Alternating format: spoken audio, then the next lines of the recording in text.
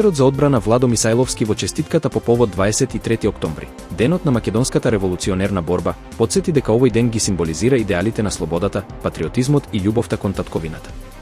Тој нагласи дека искрата запалена во 1893 година ги поставила темелите на државата и дека патриотизмот е достоинство и грижа за Македонија.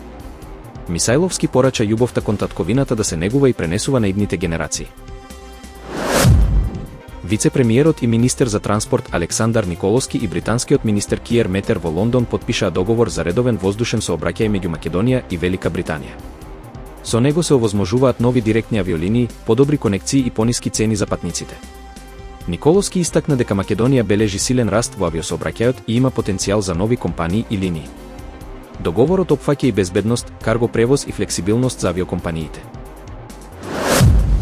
Оваа година преминот на зимско сметање на времето ќе се изврши во ноќта меѓу сабота и недела, на 25 кон 26 октомври 2025 година.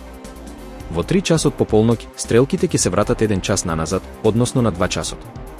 Интересно е што оваа промена ќе се случи нешто порано отколку претходните години. Последен пат зимското сметање на времето на овој датум беше воведено пред повеќе од една деценија. Причината за ова поместување лежи во правилото дека зимското сметање на времето секогаш започнува последниот викенд од октомври. Бидејќи секоја година календарот паѓа различно, така се менува и точниот датум. Хрватскиот министер за труд Марин Пилетик најави дека владата во петок ќе ја зголеми минималната плата за 2026 година од сегашните 970 на 1050 евра, што е пораст од над 8%.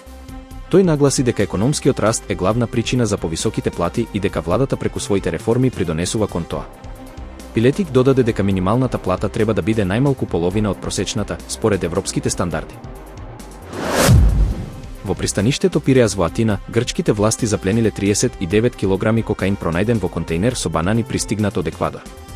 Дрогата, вредна над 1 милион евра, била скриена во делот за ладење на контејнерот меѓу 1080 кутии банани.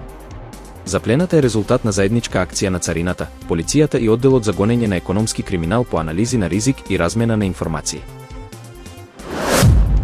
Европската унија донесе одлука до 1 јануари 2028 година целосно да го укине увозот на руски газ и нафта, со цел да ја прекине зависноста од Москва и финансирањето на нејзината војна. Еврокомесарот за енергетика Дан Јоргенсен рече дека Европа никогаш повеќе нема да дозволи енергијата да се користи како средство за уцена.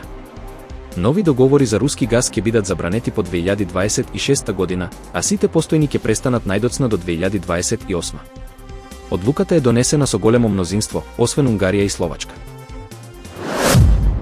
Американскиот председател Доналд Трамп ја откажа планираната средба со рускиот председател Владимир Путин, велејќи дека моментот не бил вистински и дека разговорите досега не дале резултат. Тој сепак верува дека и Русија и Украина сакаат мир и изрази надеж дека средбата ќе се одржи во иднина. Трамп додаде дека преговорите со Москва се одвиваат бавно и без напредок, иако контактите меѓу двете страни продолжуваат.